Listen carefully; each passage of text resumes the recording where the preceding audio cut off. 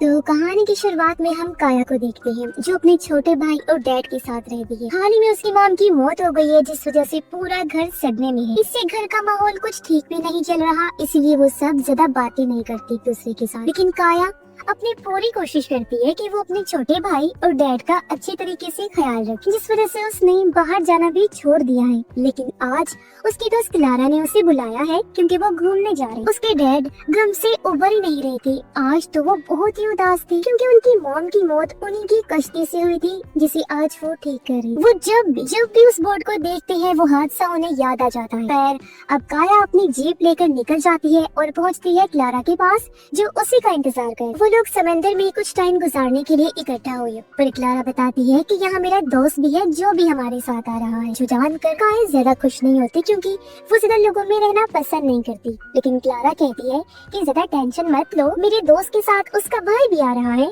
जो भी मेरा दोस्त ही है और वो भी तुम्हें पसंद आएगा। फिर वो लोग मिलते हैं और यहाँ हम जान पाते हैं कि दोनों भाई व्लॉग्स बनाते हैं। क्लारा का दोस्त आज का प्लान बताता है कि वो लोग अपनी जेट बोट से एक आइलैंड पर जाने वाली है। लेकिन काया को पता था कि इसमें टाइम लगने वाला है, इसीलिए वो मना कर देती है क्योंकि शाम तक उसे घर भी तो जाना था। तो क्लारा का दूसरा दोस्त कहता है कि हम सूरज डूबने से पहले वापस आ जाएंगे, इतना दूर वो आइलैंड नहीं है, हम 2-4 दिन पहले ही गए थे। अब क्लारा भी काया को समझाती है कि मुझे अच्छे से पता है कि तुम्हारे ऊपर घर की जिम्मेदारियां हैं, इसीलिए मैं किसी भी काम में देर नहीं करूंगी और हम वापस लौट आएंगे। आखिर में वो मान गई और चारों लोग निकल जाते हैं, जहाँ पहुँचकर वो बहुत मस्ती करते हैं, एंजॉय करते हैं। क्लारा और उसका दोस्त पानी में नहा रहे थे जबकि काया क्लारा के दूसरे दोस्त के साथ बैठकर बातें कर रही थी, जहाँ उसे काफी अच्छा महसूस हो रहा था क्योंकि ऐसे हालात में काया को किसी ऐसे इंसान की ही जरूरत थी जो उसके लिए दोस्त से भी बढ़कर। अब वो दोनों भी पानी में आकर जेट बोट पर एंजॉय करने लगते हैं और थोड़ी देर बाद निकलने का फैसला करते हैं। लेकिन क्लारा का दूसरा दोस्त काया को मुतासिर करने के चक्कर में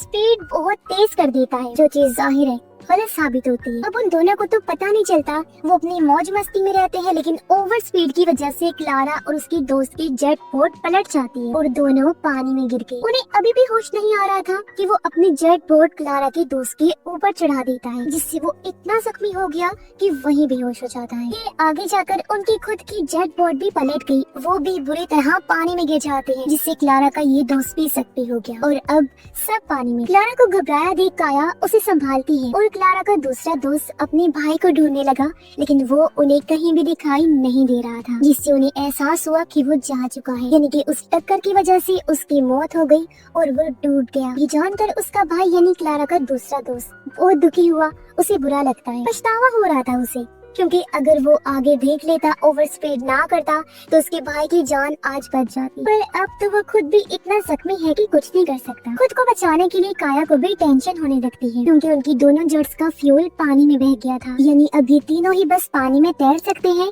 और किसी की मदद आने का इंतजार कर सकते हैं। इसी बीच हम किसी को इनकी तरफ आते हुए देखते हैं, जो कोई शिप नहीं थी, कोई इंसान नहीं था, बल्कि एक शार्क तेजी से यहाँ आ रही थी। और ये बात काया को पता थी कि ज्यादा देर उनका खुले समंदर में रहना खतरे से खाली नहीं है, इसीलिए अब वो उनको जेट बोट के पास चलने को कहती है। लेकिन इसी बीच एक मिरेकल जैसे हो गया, एक चमत्कार, क्योंकि उन्हें दूर से एक बोट दिखाई देती है जिसका कैप्टन रे। कुछ दूर उन्हें थोड़ा थोड़ा दिखाई दिया, जो भी उन्हें देख लेता है वो अपनी स्पीड को तेज करके फौरन इनकी तरफ आने लगता है। अब करीब आकर उसे पता चला कि वहाँ वो लोग मदद के लिए पुकार रहे हैं, इसलिए रे एक एक करके तीनों को ही ऊपर खींच लेता है और रिलैक्स होने को कहता है क्योंकि अब वो लोग सेफ हैं। वो क्लारा के दोस्त को सही से बिठाता है क्योंकि वो ज्यादा जख्मी था और खून भी उसका बहुत बह गया। क्लारा वॉशरूम के लिए अंदर जाती है जहाँ रे भी था और हम नोटिस करते हैं कि वो बार बार काया को ही देख रहा था। जब काफी देर तक भी क्लारा वापस नहीं आती तो काया अंदर जाती है ताकि पता लगा सके कि वो कहाँ गई है। इसी बीच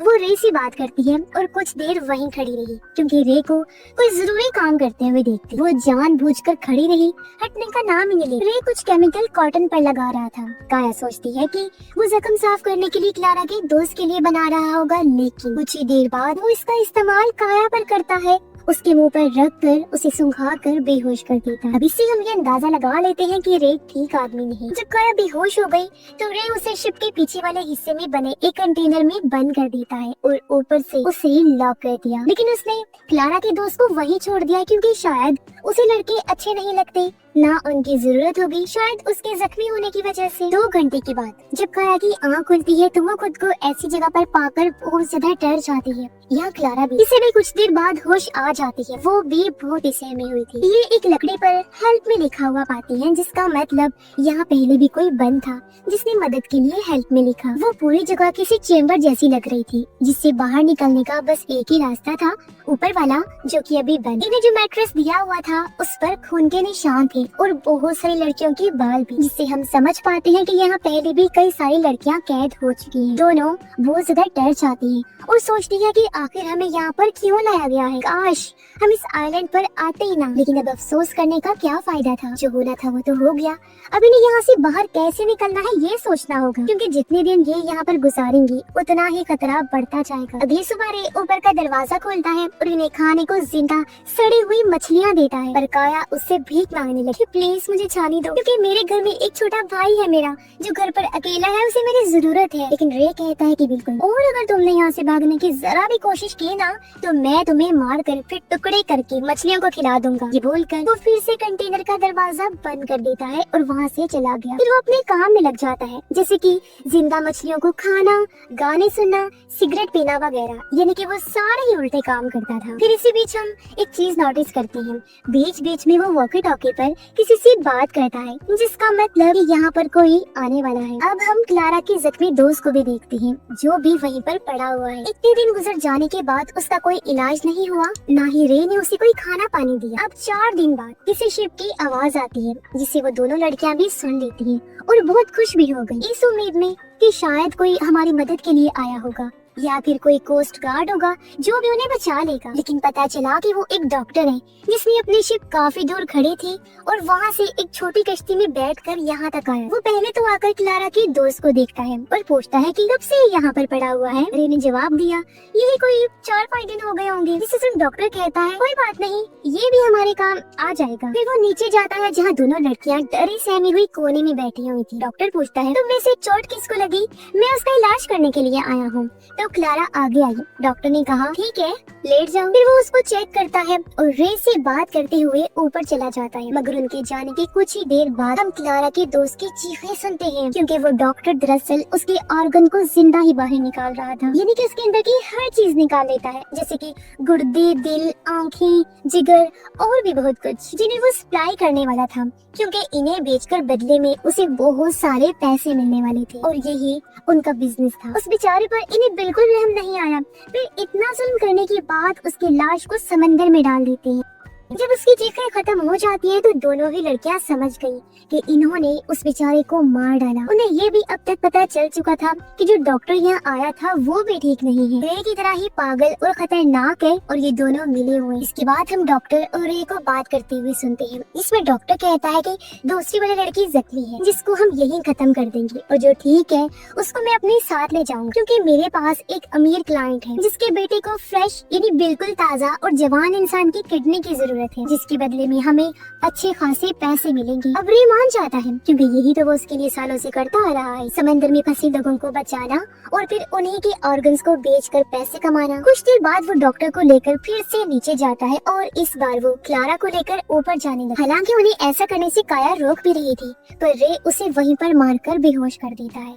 जिसके बाद वो दोनों क्लारा को लेकर ऊपर आ जाते हैं। कई घंटों के बाद काया को जब होश आया तो उसे क्लारा की चीखें सुनाई दे रही थी, यानी कि अभी भी वो जिंदा है, जो कि सच भी था। उन्होंने अभी तक उसके ऑर्गन्स नहीं निकाले थे, इसीलिए काया को जो भी करना था बहुत जल्दी करना था। इसी बीच वो नोटिस करती है कि इस कंटेनर में एक फैन लगा हुआ है, जो कि दिन में चल रहा था पर अभी बंद कर दिया गया है। अगर वो उसे बाहर की तरफ धक्का देगी तो वो सुराख खुल जाएगा जहाँ पंखा लगाया हुआ है। फिर उसने ऐसे किया, वो पूरी ताकत से उसे धक्का देना शुरू करती है। फाइनली सुराख खुल गया और काया इस होल से बाहर आ जाती है और धीरे धीरे ऊपर आ गई, जहाँ वो देख लेती है कि डॉक्टर ने अपना काम शुरू कर दिया है। पर इतने में वहाँ रे आ जाता है, इसलिए वो नीचे इंजर्ड रूम तक पहुँच जाती है, जहाँ उसे फिशिंग एरो मिलती है, जिसके जरिए मछलियों पर हमला करके उन्हें पकड़ा जाता है, जिसे काया उठा लेती है। और रे के वहाँ से जाने के बाद वो भी वहाँ आई और एरो को डॉक्टर की तरफ कर देती है। उसे देखकर डॉक्टर खुद हैरान हो गया, क्योंकि अब तक किसी भी लड़की में इतनी हिम्मत नहीं थी कि वो यहाँ तक पहुँच सके। इसलिए डॉक्टर उसे अपनी बातों में फंसाने लगा, लेकिन इतने में काया एरो चला देती है, जो जाकर डॉक्टर को लग भी गया। दिया, पर इससे वो फिर भी नहीं मरता, बस थोड़ा सा जख्मी हो और अब वो काया पर हमला कर देता है। और इस दौरान काया ने क्लारा की रस्सी को खोल दिया, जो बात डॉक्टर को पता नहीं चला। और इसी का फायदा उठाकर क्लारा पहले तो खुद को आजाद करती है और फिर एक चाकू से डॉक्टर की गर्दन पर वार करती है। एक के बाद एक उसने कई बार स्टैब किया, जिससे डॉक्टर का खेल तो इधर ही खत्म हो जाता है। इसके बाद ये दोनों वहाँ से बाहर जाने का रास्ता ढूंढने लगती है। अभी तक री इन सब से अनजान था, इसीलिए वो यहाँ नहीं आया होता। लेकिन यहाँ काया को पता है कि डॉक्टर एक शिप से यहाँ आया था, तो वहाँ जाने के लिए वो दोनों पानी में कूद जाती है। रे जब कुछ देर बाद ऊपर आता है तो सब कुछ इधर उधर बिखरा पड़ा था, जिसे देखकर वो समझ जाता है कि जरूर कुछ गड़बड़ है। तभी उसे डॉक्टर की लाश भी दिख जाती है, इसीलिए वो फौरन ऊपर जाता है।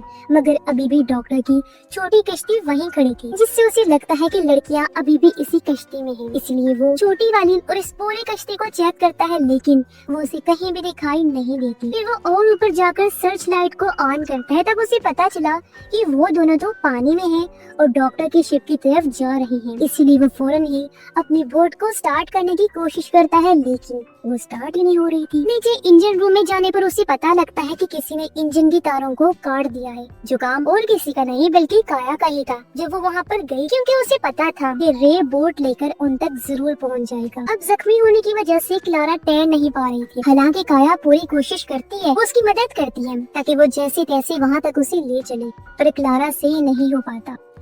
ये देखकर काया फैसला करती है कि वो अकेले ही शिप तक जाएगी और वहाँ से कोई मदद ढूंढ कर लाए। चलती वो शिप तक पहुँच भी गई, लेकिन शिप की चाबियां ना होने की वजह से वो उसे स्टार्ट नहीं कर पाई। अब उसे वहाँ एक रेडियो मिलता है, जिसे वो कोस्ट गार्ड से कनेक्ट कर लेती है और उन्हें बताती है कि मैं यहाँ पर फंस गई हूँ, मेरे पास चाबियां नहीं है। तो वो उसे पीकर नाम की एक डिवाइस को ढूंढने के लिए कहते हैं, लेकिन वो उसे कहीं नहीं मिलती, बल्कि उसे एक फ्लेयर मिल जाती है। पर कोस्ट गार्ड वालों का कहना था कि वो बिना पीकर के उसे नहीं ढूंढ पाएंगे, क्योंकि वो एक ट्रैकिंग डिवाइस की तरह काम करती है और उसे ढूंढ पाना इसलिए भी मुश्किल है क्योंकि वो बहुत ही ज्यादा दूर है। इसीलिए अब काया फिर से कोशिश करती है और इस बार उसे वो पीकर मिल भी जाती है। इसको एक्टिवेट करने के लिए उसे पानी में फेंकना होगा ताकि उन लोगों तक उसकी लोकेशन पहुंच सके। पर जब वो ऊपर जाती है तो डेक पर उसे महसूस होता है कि जैसे कोई वहाँ तैर कर आ रहा है। उसे शक हुआ कि रे होगा, इसलिए वो वहीं छुप जाती है। कुछ देर बाद हम रे को भी इस शिप में देखते हैं, यानी कि उसका शक बिल्कुल सही था। काया नीचे डॉक्टर के बेडरूम तक जाती है, जहाँ वो डॉक्टर की फैमिली की फोटोज देखती है। काया ने सोचा कि हालांकि उसकी खुद की भी 2 बेटियां हैं,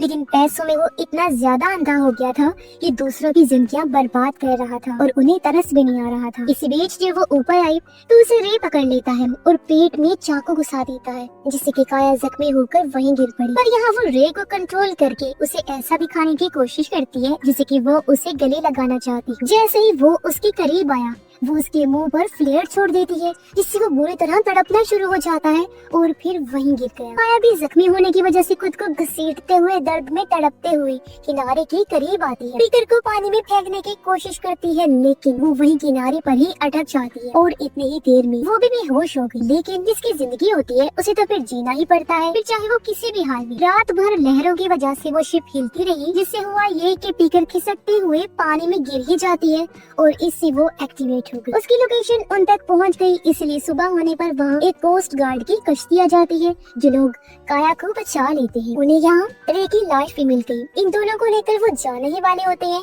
कि उन्हें समंदर में तैरते हुए क्लारा भी दिख जाती है, जो अभी भी जिंदा थी। इसलिए ये लोग उसे भी फौरन ऊपर ले आते हैं, लेकिन दोनों बहुत ज्यादा रो रही होती हैं, क्योंकि उन्होंने कभी भी ऐसा नहीं सोचा था कि उनके साथ ये सब होगा। अब सब कुछ खत्म तो हो गया था, लेकिन क्या काया के लिए भी, क्योंकि अभी तो वो अपनी मॉम के सदमे से बाहर नहीं आ पा रही थी, तो इससे कैसे ही निकले। दोनों दोस्तों को सही सलामत किनारे पर लाया जाता है, जहाँ वो एक दूसरे को देखकर मुस्कुराते हैं और शुक्र अदा करते हैं कि उनकी जान बच गई और आइंदा इस तरह की जगहों पर ना जाने का सोचते हैं। और इसी के साथ ही इस फिल्म की कहानी यहीं पर खत्म हो जाती है।